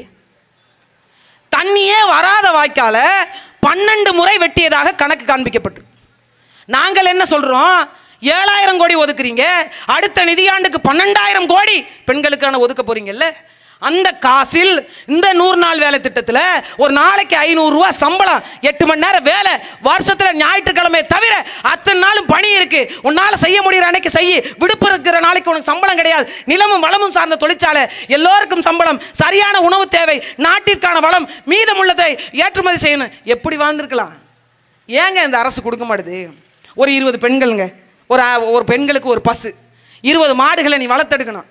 சரியா எத்தனை மணிக்கு வா, அந்த பக்கம் புல்லு விளைய வச்சிருக்காங்க ஒரு 20 பேர், அந்த புல்லை அறுத்து அவங்க தருவாங்க, புல்லுக்கான காசை நீ கொடுத்துரு, மாடை வளர்த்தடு, அதுலேருந்து பால் கறந்து டிப்போவில் ஊற்று, டெப்போவில் 20 பேருக்கு வேலை, அதுலேருந்து பால் பொருட்களை தயாரி, ஒரு பால்கோவா தயாரி, வெண்ணெய் எடு, நெய் எடு, தயிர் எடு, அது மாதிரி தனித்தனி தொழிற்சாலைகள் கொடுத்து இந்த பெண்களுக்கான வேலை வாய்ப்பை உறுதி செஞ்சுருக்கலாமா இல்லையா? குறைஞ்சது ஒரு நாளைக்கு 500 ரூபா சம்பளம், 30 நாளைக்கு எனக்கு 15,000 ரூபா. சரி, நான் 4 நாள் போகலை, 4 நாள் போகலைனாலும் மீதமுள்ள காசு எனக்கு இருக்கு. நான் ஏங்க 1000 ரூபாய்க்கு கையேந்தணும்? நான் ஏன் 1000 ரூபாய்க்கு கையேந்தணும்? நான் ஏன் மிக்சி கொடுங்கன்னு கேட்கணும்? நான் ஏன் கிரைண்டர் கொடுங்கன்னு கேட்கணும்? நான் ஏன் என் பிள்ளைக்கு 1000 ரூபாய் இருந்தால் டியூஷன் ஃபீஸ் கட்டுவேன்னு கேட்கணும்? நான் ஏன் என் பிள்ளைக்கு மருந்து வாங்க காசுலேயே நிற்கணும்? சொல்லுங்க. ஒரு அரசு என்னங்க கொடுக்கணும்? ஒரு அரசு என்ன கொடுக்கணும்? நல்ல கல்வி கொடுக்கணும், தூய குடிநீர் கொடுக்கணும், நல்ல சாலை கொடுக்கணும், குடியிருப்புகள் அமைச்சு கொடுக்கணும். இவ்வளோதானே? திமுக கரை போட்டிருக்கிறவங்க, வேட்டி கட்டி இருக்கிறவங்களை பார்த்து நான் கேட்குறேன், பொறுப்பாளர்களை பார்த்து கேட்குறேன், அந்த கட்சியில் கடைசி வரைக்கும் கட்சியை கொண்டு போய் சேர்த்தவங்களை கேட்குறேன், அதிமுக கட்சிக்காரங்க தான் அவங்களையும் கேட்குறேன், பாரதிய ஜனதா கட்சியை கேட்குறேன், காங்கிரஸை கேட்குறேன், ஆட்சி ஆண்டு அத்தனை பேரை கேட்குறேன். தமிழ்நாட்டில் இருக்கக்கூடிய ஒரே ஒரு கிராமத்தையாவது குடிசைகளே இல்லாத பகுதியாக இதுவரைக்கும் நீங்கள் மாற்றிய வரலாறு உண்டா? அப்புறம் என்ன 75 ஆண்டு கால சாதனை? என்ன 70? நாகரிகம் கருதி சில வார்த்தைகளை நான் கடந்து போகிறேன். என்ன 75 ஆண்டு கால சாதனை? என்னத்தை நீங்க என்ன பண்ணி கிழிச்சிட்டீங்க? படிச்சவனுக்கு வேலை கொடுக்க முடியல, படிச்சவனுக்கு சுத்தி திரியிறான், இன்ஜினியரிங் படிச்சுட்டு, பட்டப்படிப்பு, பட்டய படிப்பு, பல கனவுகளோடு படிச்சுட்டு என்ன வேலைக்கு போறதுன்னு தெரியாம கிடைக்கிற வேலையை செஞ்சுக்கிட்டு இருக்கிறத சாப்பிட்டுக்கிட்டு. இதைத்தான் இந்த அரசு முன்னோடி மாநிலம். விடிஞ்சிருச்சு உங்களுக்கெல்லாம். எங்க விடிஞ்சுது? திராவிட முன்னேற்ற கழகத்தினுடைய குடும்பத்துக்கு விடிஞ்சுது, அண்ணா திராவிட முன்னேற்ற கழகத்தில் குடும்பத்துக்கு விடிஞ்சது. இப்போ பாரதிய ஜனதா கட்சி வரும். குறிப்பாக விவசாயிகளுக்கு ஒன்று சொல்கிறேன், இந்தியா கூட்டணின்னு திமுக, காங்கிரஸ் இன்னும் நிறைய கம்யூனிஸ்ட் இந்த மாதிரி கட்சிகளோடு சேர்ந்து இந்தியா கூட்டணின்னு ஒரு கூட்டணி. காங்கிரஸும் திமுகவும் வச்சுக்கோங்க, பெரிய கட்சியாக சொல்கிறேன் வச்சுக்கோங்க இருக்கு. கர்நாடகாவில் ஆள்றது யாரு? காங்கிரஸ். இங்கே ஆள்றது யாரு? திமுக. இவங்க 2 பேர் யாரு? நண்பர்கள், கூட்டணி கட்சி. ஒன்னா தேர்தலை சந்திக்க போறாங்க. ஆனால் கர்நாடகாவில் இருக்கக்கூடிய கூட்டணி கட்சியை சார்ந்தவர்கள்ட்டேருந்து தமிழ்நாட்டுக்கு தண்ணி தர முடியலை, வாங்கி தர முடியலை திராவிட முன்னேற்ற கழகம். இந்த நீட்டு தேர்வுன்னு பேசினாங்கல்ல, இந்த நீட்டு தேர்வை கொண்டு வந்தது, இதற்காக வாதாடியது, வழக்காடியது காங்கிரஸ். அந்த காங்கிரஸ் கட்சியோட திமுக கூட்டணியில் இருந்து கொண்டு தான் நீட்டை நாங்கள் ரத்து செஞ்சிருவோம்னு பேசுகிறாங்க. காங்கிரஸ் நீட்டுக்கான மனநிலை என்னவா இருக்கு, நிலைப்பாடு என்னவா இருக்குன்னு கேட்டால் அவங்க நீட்டை வேண்டான்னு சொல்லலை, சிஏஏவை வேண்டான்னு சொல்லலை, என்ஆர்ஐ கணக்கெடுப்பை வேண்டான்னு சொல்லலை, என்பிஆரை வேண்டான்னு சொல்லலை, இந்த ஹைட்ரோ கார்பன் திட்டத்தை காங்கிரஸ் வேண்டான்னு சொல்லலை. இன்னொன்று, பாரதிய ஜனதா கட்சி என்கின்ற பெரும்பூதம் தமிழ்நாட்டில் நிலமும் வளமும் இருக்கு, அதை கோடி கோடியாக கொள்ளையடிக்க வேண்டும் என்பதற்காகத்தான் தமிழ்நாட்டில் மிகப்பெரிய ஒரு நடைபயணம். நேற்று முந்தா நாள் பார்த்து தங்கச்சி, காங்கிரஸோட தலைவர் இந்த ரயில்வே ஸ்டேஷனில் சுமை தூக்குற தொழிலாளி இருக்காங்கல்ல, அவங்கள மாதிரி சிவப்பு கலர் சட்டை போட்டுக்கிட்டு அப்படியே கையில் அந்த இதெல்லாம் கட்டிக்கிட்டு போகிறாரு. தலையில் ஒரு பெட்டி வச்சுட்டு, பெட்டியில் வீல் இருக்குது, இழுத்துக்கிட்டே கூட போகலாம். எவ்வளவு அறிவாளிகள் பாருங்கள். இதை விளம்பரம் பண்ணலாம், விளம்பரம் பண்ணுங்க. ஆனால் இப்படிப்பட்ட விளம்பரமா? ஏன்னா இழுத்துக்கிட்டு போகிற பெட்டியை எதுக்கு பார்த்து தலையில் தூக்கிட்டு போகணும்? அவருக்கு டஃப் கொடுக்குறாரா இவர்? யார்? நம்ம ஐயா மோடிக்கு. ஒரு நாடாளுமன்ற கட்டடத்தை திறக்கிறாங்க. நாடாளுமன்றம் 33% இடஒதுக்கீடுக்கான மசோதா நிறைவேற்றுறாங்க அந்த நாடாளுமன்றத்தில். யாருக்கு? பெண்களுக்கு. இந்த நாட்டினுடைய குடியரசுத் தலைவர் யார்? ஒரு பழங்குடியின சமுதாயத்தை சேர்ந்த ஒரு பெண்மணி திரௌபதி முர்மு. அந்த அம்மாவுக்கு அழைப்பு விடுக்கல, மாறாக ஒரு பாட்டு. அந்த பாட்டு என்னம்மா? நூ காவாலையா காவாலையான்னு ஒரு பாட்டு பாடிச்சு பாருங்க, தமன்னா பாப்பா. அந்த புள்ளைய கூட்டு போயிருக்காங்க. நமக்கு உண்மையிலேயே வைத்தறிச்சலாக இருக்கிறது இந்த அரசியல் நிலைமையெல்லாம் பார்க்கும்போது. அப்படிப்பட்ட ஒரு கொடூர அரசியலை தான் பாரதிய ஜனதா கட்சி ஒரு பக்கம். மணிப்பூர் கலவரத்தை நம்ம மறந்திருக்க மாட்டோம். அந்த வீடியோ ஒவ்வொருவர் மனநிலையும் உலுக்கியது. அதே போன்று தமிழ்நாட்டிலும் பொள்ளாச்சி சம்பவமும் ஒவ்வொருத்தர் மனநிலையும் உலுக்கியது. ஆனாலும் அந்த கட்சிகளுக்கு கூட்டம் கூட்டமாக போய் வாக்கு செலுத்துறோம். யோசிச்சு பாருங்க, பாரதிய ஜனதா கட்சி ஆள்கின்ற மாநிலம் மணிப்பூர். அங்கே இருக்கக்கூடிய பெண்களை, அது அங்கே ஒரு மேல் சாதி கீழ் சாதின்னு ஒரு பெரிய பெரிய கலவரத்துக்கு மத்தியில் வாழக்கூடிய மக்களை, அந்த வளத்தை மையப்படுத்தி வாழக்கூடிய பழங்குடி மக்களை அடக்கி ஒடுக்கி நிர்வாணமாக்கி தெருவில் நடக்க விட்டு நூற்றுக்கணக்கான ஆண்கள் மத்தியில் மிகப்பெரிய சித்திரவதைகளுக்கு உள்ளாக்கப்பட்டு நடந்து வந்த காணொலியை எல்லாரும் பார்த்தோம். ஆனால் ஒரு கண்டனம், இது நடந்தது தவறுதான், அதற்கான முழு பொறுப்பையும் நாங்கள் ஏற்கிறோம் என்று சொல்லாது பாரதிய ஜனதா கட்சி. அதை ரசிக்கும். அதே தான் தமிழ்நாட்டிலையும் நடந்துச்சு. பொள்ளாச்சியில் நம் வீட்டு பிள்ளைங்களை, ஆயிரக்கணக்கான பெண் பிள்ளைகளை பாலியல் சித்திரவதைக்கு உள்ளாக்கப்பட்டாங்க அதிமுக ஆட்சி காலத்தில். பண்ணது யார் தெரியுமில்ல? அதிமுக மாவட்ட செயலாளருடைய மகன். என்னாச்சு அந்த வழக்கு? அந்த பிள்ளைகளுக்கு நீதி கிடைச்சிருச்சா? யார் போராடுவா? யார் நீதியை பெற்று தருவா? அன்றைக்கு மிகப்பெரிய பூதாகரமாக பேசியது திமுக. இந்த மணிப்பூர் கலவரத்துக்காக திமுக போராடிட்டு இருந்துச்சுங்க. அந்த கூட்டத்திலேருந்து ஒரு அம்மா பரிதவிச்சு போய் ஐயையோ ஐயையோன்னு ஓடியாரு. என்னன்னு கேட்டால், கூட்டத்தில் எங்க மணிப்பூரில் நடந்த கலவரத்தை எதிர்த்து அங்கே இருக்கப்பட்ட பெண்களுக்கு அநீதி கேட்டு போராடி கொண்டு அந்த கூட்டத்தில் அந்த பிள்ளை இடுப்பு பிடிச்சி கிழிட்டான். திமுக கூட்டத்தில் அந்த பிள்ளை என்னைய காப்பாத்துங்க, அப்புறமா மணிப்பூரை பேசுங்க, என்னைய காப்பாத்துங்க என்னைய காப்பாத்துங்கன்னு வருது. இப்போ இவர்களுக்காக போராட யார் இருக்கா? யாருங்க இருக்கா? இன்றைக்கு என்னவாக இந்த தமிழ்நாட்டினுடைய நிலைமை மாறி இருக்கு. 40 கிலோமீட்டர் வரமுள்ள ஒரு டோலு, வழிப்பறி கொள்ளையங்க மாதிரி உட்காந்து அதுவா திறக்குது அதுவா மூடுது. போனோடனே ஃபாஸ்டாக் இருக்கா இல்லைன்னு தெரியலங்க, பொசுக்குன்னு காசு எடுத்துடுறான். பேச்சுவார்த்தை நடத்துறதுக்குள்ளே பிடுங்கிடுறான். இது ஒரு பக்கம். ஒரு பக்கம் டீசல் விலை, ஒரு பக்கம் பெட்ரோல் விலை, ஒரு பக்கம் கேஸ் விலை. தக்காளி 200 ரூபா வித்துச்சா இல்லையா? பச்சை மிளகாய் 200 ரூபா வித்துச்சா இல்லையா? இஞ்சி 250 ரூபா வித்துச்சா இல்லையா? இப்போ தேர்தலுக்காக உங்களுக்கு குறைச்சி வச்சிருக்காங்க. தேர்தல் ரிசல்ட் வந்த பிறகு, வாக்கு எண்ணிக்கை முடிஞ்ச பிறகு பாருங்க விலைவாசி தெரியும் என்னவா இருக்கு நிலைமைன்னு. அது எப்படிங்க? வாக்கு வாங்கினவருடைய பிள்ளை பரீட்சை எழுதுவதற்கு விமானத்தில் போறேன். நமக்கு இந்த லிப்ஸ்டிக் போட்ட பஸ் தான், எப்சி காட்டாத பஸ் ஒன்று ஓடுது பார்த்தீங்களா? முக்கால்வாசி பேருந்து மழை காலத்தில் தயவு செஞ்சு விடாதீங்க. நாங்கள் நடந்து கூட போய்க்கிறோம். எங்க டெய்லியும் பஸ்ஸில் போகும்போது கொடையாங்க எடுத்துகிட்டு போக முடியும்? மழை வந்தாலும் தெரில, வரலனாலும் தெரில, எப்போ பெஞ்சாலும் ஊற்றுது தலையில். நன்றி தம்பி. பாதிக்கப்பட்டவன் டோலில் பணம் கட்டிட்டு போறியான். அப்படி ஒரு பஸ்ஸு, அந்த பேருந்தில் தான் நாம் பயணிக்கணும். நாங்கள் என்ன சொல்கிறோம், ஒரு பேருந்தில் மரியாதைக்குரிய கனிமொழி அவர்கள் பயணித்தாங்க. ஒரு பெண் ஓட்டுநராக இருந்தாங்க. அது ஒரு தனியார் பேருந்து. ஒரு வாட்டி வாங்கலை இந்த லிப்ஸ்டிக் போட்ட பஸ்ஸில். அதில் அந்த கண்டக்டர் இருக்கார் பாருங்க, பெண்களுக்கு பேருந்தில் இலவசம். யார்? அமைச்சர். அவர் அடுத்து ஓசி. அவர் பேசும்போது வாயை பார்க்கணுமே, என்ன ஒரு அழகு. ஓசி பேருந்தில் போகிறாங்க. யார்? இந்த ஓசி கேட்குது. இந்த ஓசி காரில் போய்கிட்டு, அந்த ஓசிக்கு நம்ம தான் கார் கொடுத்துருக்குறோம். ஓசி காரு, ஓசி சாப்பாடு, ஓசி பிஏ, ஓசி சம்பளம் வாங்கி கொண்ட இவர்கள் நம்மளை கேட்குறாங்க ஓசின்னு. அதில் அந்த கண்டக்டர்லாம் எவ்வளோ மரியாதையாக நடத்துகிறாங்க தெரியுமா அந்த பஸ்ஸில்? ஏறணுன்னே வாங்க வாங்க, இப்படி உட்காருங்க, இந்த சீட்டில் உட்காருங்க, தா சிம்பா தானே வேற அங்கிட்டு போவாங்கறியா. அவங்க காசு கொடுத்து வரவங்களுக்கு சீட்டை கொடுங்க. அது பதாக இந்த 1000 ரூபா காசு கொடுத்துட்டுங்க 5000 ரூபாய்க்கு போடு. ஊர் ஃபுல்லாக விளம்பரம். அதுலேயும் நம்ம ஆளுங்க எவ்வளவு டெக்னிக்கல் வாய்ந்தவங்கன்னு நினைக்கிறீங்க? அதெல்லாம் அடிச்சிக்க முடியாது. கோயம்போடு போங்களேன், நீங்கள் போயிட்டு இந்த மாதிரி கியூவில் நின்று அந்த சரக்கு வாங்குகிற டெக்னிக்கெலாம் நெவர் கிடையாது. நீங்கள் பொத்தான அழுத்தினீங்கன்னா பாட்டில் வந்து விழும்.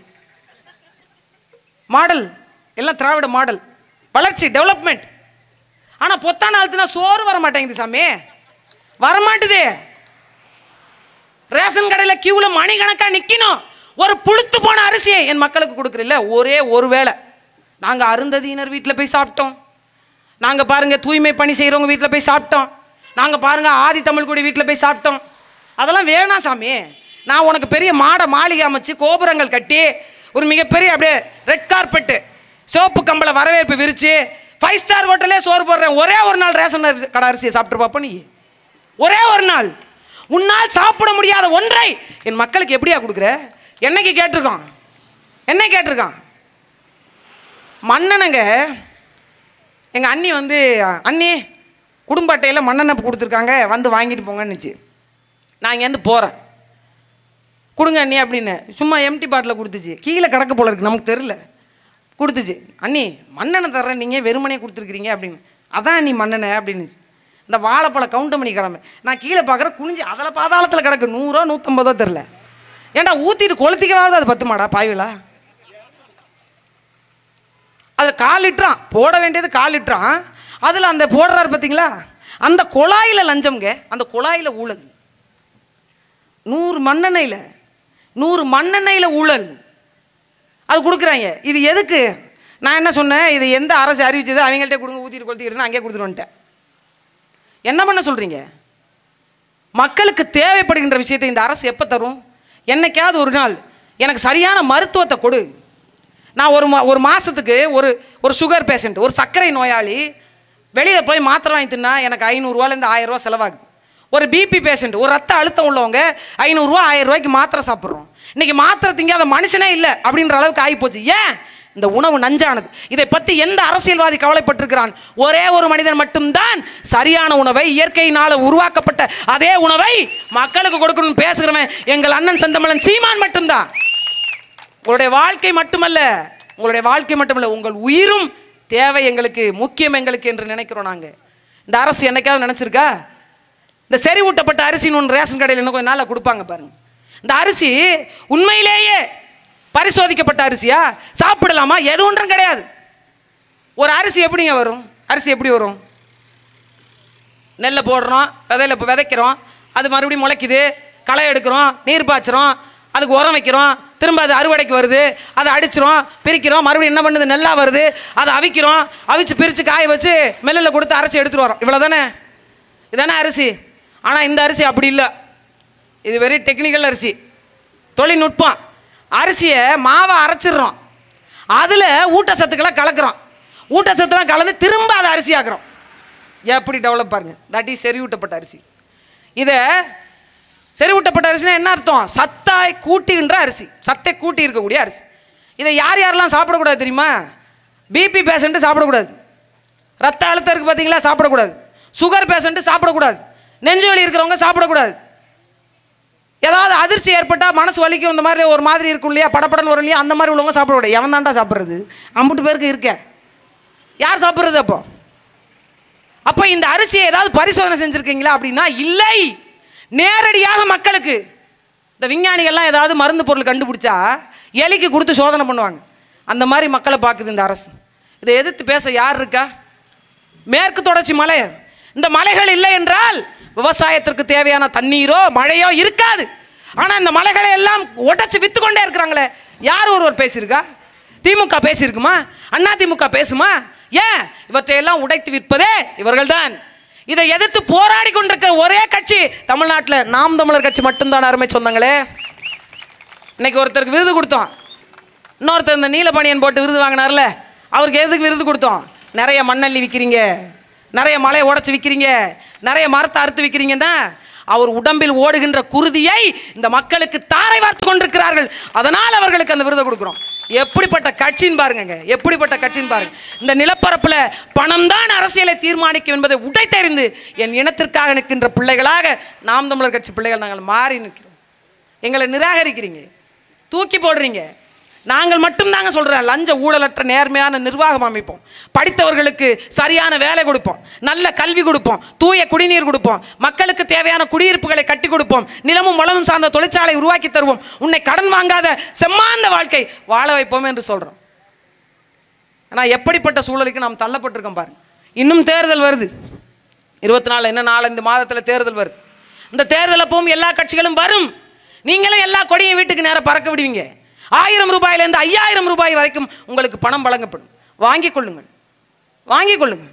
உங்கள் அடுத்த தலைமுறைக்கு கேள்விகளுக்கும் உங்கள் மனசாட்சியை தொட்டு ஒரு நாள் பதில் சொல்கின்ற காலம் வரும். அந்த நேரத்தில் ஒரு விவசாயி வாழ்ந்து சுழண்டு கிடப்பான், அவன் முகம்தான் உங்கள் முன்னால் வரும், உங்களுக்கு வரும். கர்நாடக அரசு தண்ணி தர மாட்டேங்குது, அந்த காங்கிரஸ் கட்சியை தூக்கி கொண்டு திமுக உங்களை நோக்கி வரும். நீங்கள் வாக்கு செலுத்துங்கள், நீங்கள் வாக்கு செலுத்துங்கள். தமிழன் அங்கே போனால் கர்நாடகக்காரன் அடித்து விரட்டுகிறான் ஓசூர் பக்கத்தில், நீங்கள் வாக்கு செலுத்துங்கள். பெண்களுக்கு எதிரான பாலியல் வன்கொடுமை குற்றங்கள் நடந்து கொண்டே இருக்கிறது, நீங்கள் வாக்கு செலுத்துங்கள். கிருஷ்ணகிரியில் வீடு பூந்து ஆந்திர மாநிலத்துடைய காவல்துறை இந்த மாநிலத்துக்குள்ளே நுழைந்து இங்க இருக்கக்கூடிய பெண்களை கைது பண்ணி கொண்டு போய் நிர்வாணமாக நிறுத்தி அவர்கள் பிறப்புறுப்புல மிளகாய் பொடியை தூவி அடித்து அடித்து சித்திரவதை செய்து பாலியல் வல்லுறவுக்கு உள்ளாக்கி இருக்கிறான் பாருங்கள். நீங்கள் வாக்கு செலுத்துங்கள். பொள்ளாச்சி பாலியல் வன்கொடுமை நடந்த பிறகும் கூட அவர்களுக்கு நீதி கிடைக்காமல் இன்று வரை போராடி கொண்டிருக்கிறார்கள் பாருங்கள். நீங்கள் வாக்கு செலுத்துங்கள். விவசாயத்திற்கு தண்ணீர் இல்லாமல் இன்னும் வாடிக்கொண்டிருக்கிறார்கள் பாருங்கள் விவசாயிகள், நீங்கள் வாக்கு செலுத்துங்கள். கடலை விட்டுவிட்டு நிற்கதியாக இன்றைக்கு கடல்வாடி மக்கள் நிற்கிறான் அல்லவா, நீங்கள் வாக்கு செலுத்துங்கள். நாங்கள் இறுதி வரை நீங்கள் செலுத்துங்கள், செலுத்தாமல் போங்கள். எங்களுடைய காலத்தின் கட்டாயம். என் மக்களுக்காக பேச வேண்டியது, என் மக்களை விழிப்புற செய்ய வேண்டியது, என் மக்களுக்கான அரசியலை தீர்மானிக்க வேண்டியது எங்களுடைய கடமை. நாங்கள் நிற்போம். அதுதான் நாம் தமிழர் கட்சி. 13 ஆண்டு காலங்க எங்களுக்கு முன்னாடி கட்சி தொடங்கினவங்களாம் என்ன நிலைமையில் இருக்காங்கன்னு உங்களுக்கே நல்லா தெரியும். நிறைய கம்யூனிஸ்ட் கட்சிகள் இருந்தது இல்லையா, மார்க்கு சிபிஐ சிபிஎம்னு இருந்தது இல்லையா. எதற்காக அவர்கள் வந்தார்கள்? முதலாளித்துவத்தை எதிர்த்து தொழிலாளிகளின் நலனை காப்பதற்காக வந்த கட்சி கம்யூனிஸ்ட் கட்சி. இன்னைக்கு அதே முதலாளிகள் கூட்டத்தோடு ஒன்றி விட்டார்கள். காரணம் என்ன? பணம், பதவி. ஒவ்வொரு சாதிக்கும் கட்சி தொடங்கப்பட்டது. எல்லாரும் அவர்களுக்கான விடுதலை என்று பேசினார்கள். எல்லாம் எங்கே போய் மண்டிவிட்டார்கள்? இதே திமுகவிடம் அண்ணா திமுகவிடம் மண்டிவிட்டார்கள். காரணம் என்ன? பணமும் பதவியும். அந்த பணமும் பதவியும் ஏகப்பட்டதாக வந்தாலும் சரி, என் நிலத்திற்கான என் இனத்திற்கான விடுதலைக்காக மட்டும்தான் நிற்போம் என்று கடைசி வரை நிற்கிறோம். பஞ்ச பராரிகளாக நின்னாலும் பரவாயில்லை என்று நிற்கிறோம். எப்படிப்பட்ட வாழ்க்கை எங்களுக்கும் வாழ தெரியுங்க. ஏன் அப்படி நாங்கள் நிற்கிறோம்? ஒவ்வொருத்தரும் சின்ன சின்ன விட்டு கொடுத்தலுக்கு ஆளாகித்தான் எங்களை நடுத்தரில் நிற்க வச்சுட்டாங்க. அந்த விட்டு கொடுத்தலை இனிமேல் செய்யக்கூடாது என்பதற்காகத்தான் உறுதியாக நிற்கிறோம். ஆனால் இறுதி வரை நிற்போம். எல்லாரும் எல்லா கட்சியோடும் கூட்டணிங்கிறாங்க, ஆனால் எங்களுக்கு மட்டும் ஒரே கூட்டணி மட்டும்தான், அது மக்கள் கூட்டணி மட்டும்தான். என்றைக்கு நீங்கள் தமிழனாக உங்களை மாற்றிக்கொள்கிறீர்களோ, என்றைக்கு தமிழன் என்ற உணர்வை உங்கள் மனதில் வளர்த்துக் கொள்கிறீர்களோ, என்றைக்கு தமிழன் பழி தீர்க்கப்பட்டு கொண்டே இருந்திருக்கிறான், அதற்கான பழி தீர்த்தலை செய்ய வேண்டும் என்று நீங்கள் நினைக்கிறீர்களோ, அன்றைக்கு நாம் தமிழர் கட்சி வெற்றி கோபுரத்தில் அமரும். என்றைக்கு இந்த நிலத்தின் வளத்தின் மீதான உரிமை உங்களுடையது என்று நீங்கள் நம்புகிறீர்களோ, என்றைக்கு இந்த நிலத்தை ஒரு தமிழன் நல்ல தமிழன் ஆள வேண்டும் என்று நீங்கள் உணர்கிறீர்களோ, அன்றைக்கு நாம் தமிழர் கட்சி ஆட்சி அதிகாரத்தில் அமரும். அது வரைக்கும் உங்கள் பிள்ளைகள் நாங்கள் காத்திருப்போம். எங்கள் கடமையை நாங்கள் செய்து கொண்டிருப்போம். ஒவ்வொரு காலகட்டத்திலும் சரி, ஒவ்வொரு நிலையிலும் சரி, யார் ஒருவரும் பாதிக்காத வாழ்க்கையை கொடுப்பதற்கு பேர் தான் அரசியல். அப்படி பார்த்தால் இந்த அரசியல் சூழல் எப்படி இருக்கு? கொஞ்ச காலமாக இந்த சனாதனம் பேசிட்டு இருக்காங்க, சமூக நீதி பேசிட்டு இருக்காங்க. சரி, சனாதனத்தை எதிர்க்க வந்த கட்சி திமுக என்றே வைத்துக்கொள்ளும், பாரதிய ஜனதா கட்சியினுடைய நேர் எதிரான கட்சி என்றே வைத்துக்கொள்ளும். ஏன் பொது தொகுதியில் ஆதி தமிழ்குடி மக்களுக்கு சீட்டு கொடுக்க மாட்டீங்க? ஏன் கொடுக்க மாட்டீங்க? இப்போ சமூக நீதியை பேசுவதாக இருந்தால், நான் சொல்லலை, அண்ணன் வன்னியரசு சொல்றாரு, நீங்கள் என்ன பொது குழாயில் தண்ணி பிடிக்கிறதுக்கு கேட்கறது போல தண்ணி குடிக்கிற மாதிரி பொது தொகுதியில் சீட்டு கேட்குறீங்க அப்படின்னு விசிகாவில் பொறுப்பாளராக இருக்கக்கூடிய மரியாதைக்குரிய அண்ணன் வன்னியரசு அவர்கள் கருணாநிதி இப்படி கேட்டாரு அப்படின்னு சொன்னாங்க. அப்போ இந்த கட்சிகள் வாக்கு அரசியலுக்காக நம்மிடம் நடித்து கொண்டிருந்திருக்கிறது. இன்னைக்கு ஒட்டுமொத்தமாக மக்களுடைய வரிப்பணம் எல்லாம் கரைந்து கொண்டிருக்கிறது. ஏன் 10,000 பள்ளிக்கூடங்கள் மூடப்படுகின்ற தருவாயில் இருக்கான். எதுக்குன்னு கேட்குறீங்களா? காசு இல்லையா? சரி, 10,000 பள்ளிக்கூடங்களுக்கு கட்டமைப்பதற்கு காசு இல்லை, எப்படிங்க 80 கோடிக்கு செலவைக்கிறீங்க அப்படின்னு கேட்டால் பதில் இல்லை. இப்போ இங்கே என்னதான் நடக்குதுங்க? எந்த ஆட்சி அதிகாரத்தின் கீழ் நீங்கள் வாழ நினைக்கிறீங்க? சரியான கல்வி கொடுக்க முடியல. ஒரு பச்சிளம் குழந்தை ஒரு மாநிலத்தினுடைய தலைமை மருத்துவமனையில் போய் கையை இழந்து உயிரை இழந்து, இதெல்லாம் ஒரு சம்பவம் ஊடகம் பேசிடுச்சு. பேசப்படாத பல்லாயிரம் சம்பவங்கள் இருக்கு. என் தங்கை சொன்னது போன்ற ஒரு அமைச்சர் அவருக்கான உடல்நிலையை அரசு மருத்துவமனையில் பார்த்துக்கொள்ள பயப்படுகிறார். ஆனால் மக்கள் நாம அங்கே தான் போய் நிற்க வேண்டியதாக இருக்கு. பிரசவம் தொடங்கி எல்லா அறுவை சிகிச்சைக்கும் பொதுமக்களுக்கு அரசு மருத்துவமனை, ஐயா கலைஞருக்கு கருணாநிதிக்கு காவிரி மருத்துவமனை, அம்மையார் ஜெயலலிதாவுக்கு அப்பல்லோ மருத்துவமனை. இப்போ எங்கள் அண்ணன் 300 கோடி 10 ரூபா பாலாஜி என்று அழைக்கப்படுகின்ற இலாக்கா இல்லாத அமைச்சர் அவர்களுக்கு காவிரி மருத்துவமனை. மக்கள் பணத்தை கொள்ளையடிப்பவர்களுக்கு எல்லாம் ஆங்கில மருத்துவமனையிலும், அதுவும் அதிகாரம் வாய்ந்த மருத்துவமனை, ஆடம்பர மருத்துவமனை.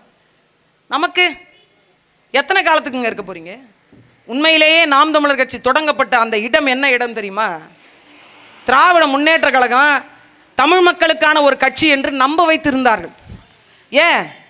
இந்த மொழி போரில் நடந்த அந்த ஈகியர்களுடைய தியாகத்தில் உருவாகினதுனால இதுதான் தமிழர்களுக்கான கட்சி என்று நம்ப வைத்திருந்தாங்க. இலங்கையில் ஈழத்து மக்கள், நமது தொப்புள் கொடி உறவுகள் கொத்து கொத்தாக லட்சக்கணக்கான பேர் சாகும்போது வேடிக்கை பார்த்து கொண்டு உண்ணாவிரத நாடகம் இருந்த போதுதான் இவர்களுடைய நாடகம் அம்பலப்பட்டது. இதை எதிர்த்து கேள்வி கேட்டு அந்த மக்களின் இனவிடியலுக்காக அந்த இரத்த சகதியில் உருவாக்கப்பட்ட கட்சி தான் நாம் தமிழர் கட்சி.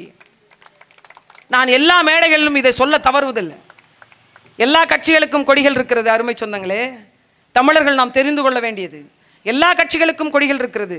அதிமுகவுக்கு ஒரு கொடி, திமுகவுக்கு ஒரு கொடி, பிஜேபிக்கு ஒரு கொடி, காங்கிரஸுக்கு ஒரு கொடி. இந்த கொடிகள் எல்லாம் யார் யாரோ வரையறுத்த கொடி. இந்த கொடிகள் எல்லாம் அந்த கட்சியில் தொடங்கப்பட்ட போது அந்த கட்சியில் இருக்கக்கூடிய உறுப்பினர்களால் தேர்ந்தெடுக்கப்பட்ட கொடி. ஆனால் நாம் தமிழர் கட்சி எப்படிப்பட்ட கொள்கையையும் தத்துவத்தையும் தாங்கி நிற்கிறதுன்றதுக்கான உதாரணம் நாம் தமிழர் கட்சியில் இருக்கிற கொடி. என்னை விட உங்களுக்கு எல்லோருக்கும் தெரியும், அந்த சோழ மன்னன், அந்த ராஜராஜ சோழன், அந்த ராஜேந்திர சோழன், அந்த கரிகால் பெருவளத்தான் இந்த மண்ணில் அரசாண்ட போது எந்த கொடியை பிடித்து நின்றானோ அதே கொடியை 1000 ஆண்டுகளுக்கு பிறகு இந்த மண்ணில் ஒருவன் காலுன்ற செய்திருக்கிறான். எங்கள் அண்ணன் செந்தமிழன் சீமான் என் தலைவன் ஈழத்தில் பிடித்த கொடியை இந்த மண்ணில் காலுன்ற செய்திருக்கிறது. நாம் தமிழர் கட்சி தமிழருக்கான அரசியலை 1000 ஆண்டுகளுக்கு பிறகு தீர்மானித்திருக்கிறது என்றால் நாங்கள் எவ்வளவு பெரிய ஆற்றல் என்பதை நீங்கள் புரிந்து கொள்ள வேண்டும். ஏன் எங்களை ஒடுக்க முடியல இந்த கட்சிகளால? ஏன் எங்களை அடக்க முடியல? ஏன் எங்களை தூக்கி எறிய முடியல? ஏன்? என்ன காசு வச்சிருக்கீங்க, பதவி வச்சிருக்கீங்க, அதிகாரம் வச்சிருக்கீங்க, ஆளுமை வச்சிருக்கீங்க, ஒண்ணுமே இல்லாத அந்த கட்சியை என்னென்னமோ விமர்சனங்களை வைத்து ஓரம் கட்ட பார்க்குறீங்க. ஆனாலும் தகர்த்தர முடியலையே. ஏன்? ஏன்? நாங்கள் என்ன ஓங்கோல்லேருந்து ஓடி வந்த கூட்டமா? ஓங்கோல்லேருந்து ஓடி வந்த கூட்டமா? அல்லது கர்நாடகாவிலேருந்து கரையேறி வந்த கூட்டமா? இல்லை அருமை சொந்தங்களே, அந்த கரிகால் பெருவளத்தானுடைய வாரிசுகள் நாங்கள், அந்த வேலுநாச்சியாருடைய பிள்ளைகள் நாங்கள். இந்த மண்ணுக்கும் எங்களுக்கும் மாபெரும் உறவு உண்டு. எங்கள் இரத்த சகதியில் தான் இந்த சுதந்திரம், எங்கள் வியர்வை சதகையில் தான் இந்த விடுதலை. அதனால இதை பெற்று தருகின்ற இந்த ஆட்சி அமைக்கின்ற அதிகாரம் எங்களுக்கு வலிமையானது. அதனால தான் சொல்றோம், அதிகாரம் மிக வலிமையானது, அதை அடைந்து விட்டால் அனைத்தும் எளிமையானது. ஆக பெரியோர்களே, அருமை சொந்தங்களே, தமிழனுக்கு ஒரு மாண்புண்டு. ஆரத்திலும் கொடையிலும் வீரத்திலும் தெளிந்தவன் அவன். ஆனா இன்னைக்கு எப்படி போயிட்டான்? ஒரு கோட்டர், ஒரு கோழி பிரியாணி, 1000 ரூபாய் காசு, ஈக்குவல் டு எலெக்ஷன், முடிஞ்சு போச்சு. ஆனால் இவற்றை எல்லாம் மக்கள் மறந்து போனார்கள். உங்கள் வாழ்வியல் மறந்து போனது. உங்கள் தெய்வத்தை மறந்து போனீர்கள். வாழ்ந்த வாழ்க்கையை மறந்து போனீர்கள். எல்லாவற்றையும் அடுத்தவர்களிடமிருந்து பெற்றுக்கொண்டீர்கள். அறிவை கடனாக கொடுத்த இனம் ஐயா இது. அறிவை கடனாக கொடுத்த இனம். ஆனால் இன்னைக்கு கையேந்து நிற்கிறோம். வடிச்ச கஞ்சி ஆறா ஓடிச்சின்னா இன்னைக்கு கஞ்சி அற்றவர்களாக நாம் மாறி போனோம். அடுத்தவனுக்கு கொடுப்பதற்காகவே வாசலில் திண்ணை கட்டி வைத்தோம். இன்னைக்கு திண்ணை கூட இல்லாத தெருவில் நிற்கிறோம். காரணம் என்ன? நீங்கள் சரியாக தேர்ந்தெடுக்காத ஆட்சியாளர்களால் தான். அந்த ஆட்சி நிர்வாகத்தை இனிமேல் நாமே அமைத்துக் கொள்வோம் என்று தானாக உருவெடுக்கப்பட்டது தான் தமிழ் தேசிய அரசியல். அதனுடைய அரசியலை ஆட்சி அமைக்க வந்தது தான் நாம் தமிழர் கட்சி. இதற்கு மேலும் நீங்கள் மாறவில்லை என்றால்